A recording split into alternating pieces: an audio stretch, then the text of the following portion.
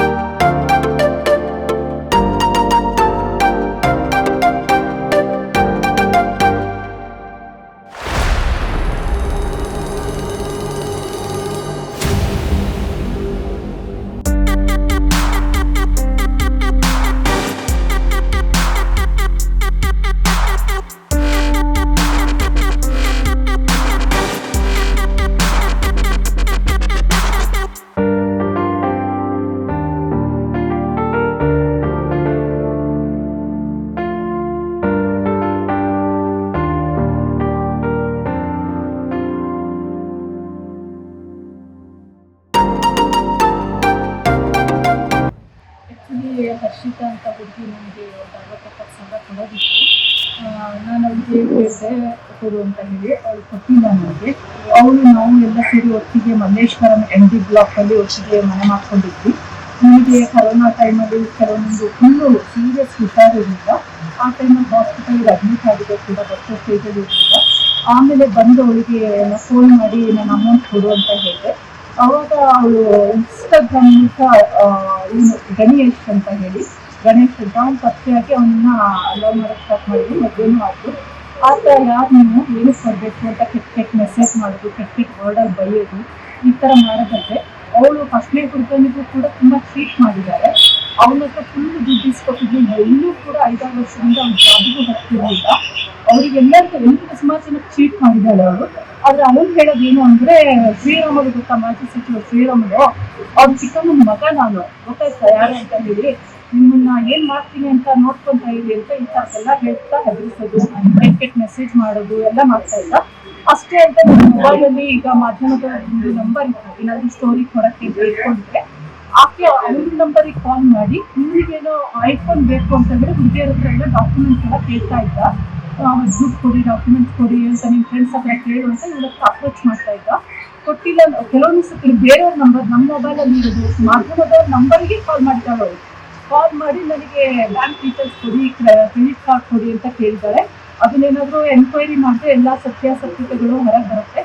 ಈ ಥರದ್ದೆಲ್ಲ ಅವ್ನು ಹೆದರಿಸ್ತಿದ್ದಾನಲ್ಲ ಅಂತ ಹೇಳಿ ನಾವು ಪೊಲೀಸ್ ಕಂಪ್ಲೇಂಟ್ ಕೊಟ್ವಿ. ಪೊಲೀಸ್ ಸ್ಟೇಷನ್ ಕಂಪ್ಲೇಂಟ್ ಕೂಡ ರಿಜಿಸ್ಟರ್ ಆಯಿತು. ಪೊಲೀಸ್ನವ್ರು ಬಾರಪ್ಪ ಈ ಥರ ಹಿಂಗೆ ಕಂಪ್ಲೇಂಟ್ ಕೊಟ್ಟಿದ್ದಾರೆ ಅಂತ ಹೇಳಿದ್ರೆ, ಸರ್ ನಾನು ಯಾರು ಈ ಬಗ್ಗೆ ಮತ್ತಷ್ಟು ಡೀಟೇಲ್ಸ್ ನಮ್ಮ ಪ್ರತಿನಿಧಿ ಪ್ರಜ್ವಲ್ ನೀಡ್ತಾ ಹೋಗ್ತಾರೆ. ಪ್ರಜ್ವಲ್, ವಂಚನೆ ಪ್ರಕರಣಗಳಲ್ಲಿ ಶ್ರೀರಾಮುಲು ಅವರ ಹೆಸರನ್ನ ದುರ್ಬಳಕೆ ಮಾಡ್ಕೊಂಡಿರೋದು ಇದೇ ಮೊದಲೇನಲ್ಲ. ಬಟ್ ಈ ಯುವಕ ಗಣೇಶ್ ಈತ ನಿಜಕ್ಕೂ ಶ್ರೀರಾಮುಲು ಅವರ ಸಂಬಂಧಿನ? ಏನಿದು ವಂಚನೆ ಕೇಸ್, ವಿವರಿಸಬಹುದಾ ಪ್ರಜ್ವಲ್? ವಿದ್ಯಾಶ್ರೀ, ಇದು ಇಬ್ಬರು ಸ್ನೇಹಿತರ ನಡುವೆ ನಡೆದಂತಹ ಒಂದು ಹಣಕಾಸಿನ ವ್ಯವಹಾರ. ಇಲ್ಲಿ ದೂರುದಾರ ಏನಿರ್ತಾಳೆ, ಆಕೆ ಗಣೇಶ್ನ ಪತ್ನಿಗೆ ಹಣವನ್ನ ಕೊಟ್ಟಿರ್ತಾಳೆ. ಈ ಒಂದು ಸಂದರ್ಭದಲ್ಲಿ ಆಕೆ ಹಣವನ್ನ ರಿಟರ್ನ್ ಕೊಟ್ಟಿರೋದಿಲ್ಲ. ಸಾಕಷ್ಟು ಬಾರಿ ಕೇಳಿರ್ತಾಳೆ, ಆದ್ರೂ ಕೂಡ ಹಣವನ್ನ ರಿಟರ್ನ್ ಕೊಡದೆ ಇದ್ದಂತಹ ಸಂದರ್ಭದಲ್ಲಿ ಈ ದೂರುದಾರ ಏನಿರ್ತಾರೆ ಇವರು ಅವರ ಸ್ನೇಹಿತನ ಕಡೆಯಿಂದ ಗಣೇಶ್ ಅವರಿಗೆ ಕರೆಯನ್ನ ಮಾಡಿಸ್ತಾರೆ. ಕರೆ ಮಾಡಿಸಿದಂತಹ ವೇಳೆಯಲ್ಲಿ ಆತ ನಾನ್ ಯಾರು ಗೊತ್ತಾ, ನಾನು ಶ್ರೀರಾಮುಲು ಅವರು ನನಗೆ ಚಿಕ್ಕಪ್ಪ ಆಗ್ಬೇಕು, ದೊಡ್ಡಪ್ಪ ಆಗ್ಬೇಕು ಅನ್ನುವಂತ ಮಾತನ್ನ ಹೇಳಿರ್ತಾರೆ. ಅಷ್ಟೇ ಅಲ್ಲದೆ ಬಿಜೆಪಿಯ ಮಿನಿಸ್ಟರ್ಗಳೆಲ್ಲರೂ ಕೂಡ ನನಗೆ ಪರಿಚಯ ಅನ್ನೋದನ್ನ ಕೂಡ ಅವರ ಬಳಿಯಲ್ಲಿ ಹೇಳ್ತಾರೆ. ಹಾಗೆ ನಾನು ಹಣವನ್ನ ಕೊಡೋದಿಲ್ಲ, ನೀವು ಏನ್ ಮಾಡ್ಕೊಳ್ತೀರೋ ಮಾಡ್ಕೊಳ್ಳಿ ಅನ್ನುವಂತ ಒಂದು ಮಾತನ್ನ ಕೂಡ ಆತ ಸ್ಪಷ್ಟವಾಗಿ ಅವರಿಗೆ ಹೇಳಿದ್ದಾನೆ ಅನ್ನುವಂತ ಒಂದು ಆರೋಪ ಕೂಡ ಈಗಾಗಲೇ ಕೇಳಿ ಬಂದಿರುವಂತದ್ದು. ಈ ಒಂದು ನಿಟ್ಟಿನಲ್ಲಿ ಸಂತ್ರಸ್ತ ಯುವತಿ ಏನಿದ್ದಾರೆ ಅವರು ಈಗಾಗಲೇ ಮಲ್ಲೇಶ್ವರಂ ಪೊಲೀಸ್ ಠಾಣೆಯಲ್ಲಿ ಒಂದು ದೂರನ್ನ ಕೂಡ ದಾಖಲಿಸಿದ್ದಾರೆ. NCR ಅನ್ನ ಈಗಾಗಲೇ ಪೊಲೀಸರು ದಾಖಲಿಸಿಕೊಂಡು ತನಿಖೆಯನ್ನ ಕೂಡ ಮಾಡ್ತಾ ಇರುವಂತದ್ದು. ಇಲ್ಲಿ ಆ ಗಣೇಶ್ ಏನಿರ್ತಾರೆ ಅವರು ಸಾಕಷ್ಟು ಜನ ಸೆಲೆಬ್ರಿಟಿಗಳೊಂದಿಗೂ ಕೂಡ ತಮ್ಮ ಒಂದು ಫೋಟೋವನ್ನು ಇನ್ಸ್ಟಾಗ್ರಾಮ್ ಅಲ್ಲಿ ಹಾಕೊಂಡಿದ್ದಾರೆ. ಪ್ರತಿಯೊಬ್ಬ ಸೆಲೆಬ್ರಿಟಿಯೊಂದಿಗೂ ಕೂಡ ಇವರು ಕಾಣಿಸ್ಕೊಂಡಿದ್ದಾರೆ. ಈತ ಯಾರು ಅನ್ನೋದ್ರ ಬಗ್ಗೆ ಕೂಡ ಇನ್ನು ಪೊಲೀಸರು ತನಿಖೆಯನ್ನ ಕೂಡ ನಡೆಸ್ತಾ ಇರುವಂತದ್ದು. ಅಷ್ಟೇ ಅಲ್ಲದೆ ಅವರ ಪತ್ನಿಯು ಹಣವನ್ನ ಪಡೆದಿದ್ರು ಕೂಡ ಇವರು ನಾನು ಹಣವನ್ನ ವಾಪಸ್ ಕೊಡೋದಿಲ್ಲ ಅನ್ನುವಂತ ಒಂದು ಮಾತನ್ನ ಯುವತಿಗೆ ಹೇಳಿದ್ದಲ್ಲದೆ ಆಕೆಗೆ ಅವಾಚ್ಯ ಶಬ್ದಗಳನ್ನ ನಿಂದನೆ ಮಾಡಿದ್ದಾರೆ ಅನ್ನುವಂತ ಒಂದು ಆರೋಪವನ್ನ ಕೂಡ ಈಗಾಗಲೇ ಯುವತಿ ಮಾಡ್ತಾ ಇರುವಂತದ್ದು. ಆ ಒಂದು ನಿಟ್ಟಿನಲ್ಲಿ ಈಗಾಗಲೇ ಪೊಲೀಸರು ಕೂಡ ತನಿಖೆಯನ್ನು ನಡೆಸ್ತಾ ಇದ್ದಾರೆ. ಹಣಕ್ಕೆ ಸಂಬಂಧಪಟ್ಟಂತೆಯೂ ಕೂಡ ಈಗಾಗಲೇ ಅವರು ಹಣವನ್ನ ಟ್ರಾನ್ಸ್ಫರ್ ಮಾಡಿರೋದಾಗಿರ್ಬೋದು, ಅದರ ಬಗ್ಗೆಯೂ ಕೂಡ ಈಗಾಗಲೇ ಪೊಲೀಸರು ಮಾಹಿತಿಯನ್ನ ಕೇಳಿದ್ದಾರೆ.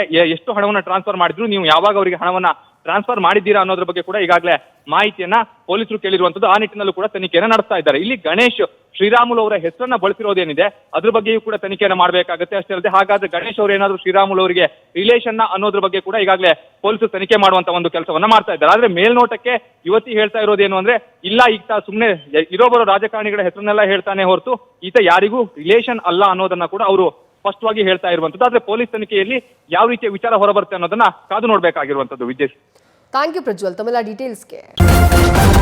ನ್ಯೂಸ್ ಫಸ್ಟ್ ನಿರ್ಭೀತಿಯಿಂದ ನಿಮ್ಮ ಪರವಾಗಿ.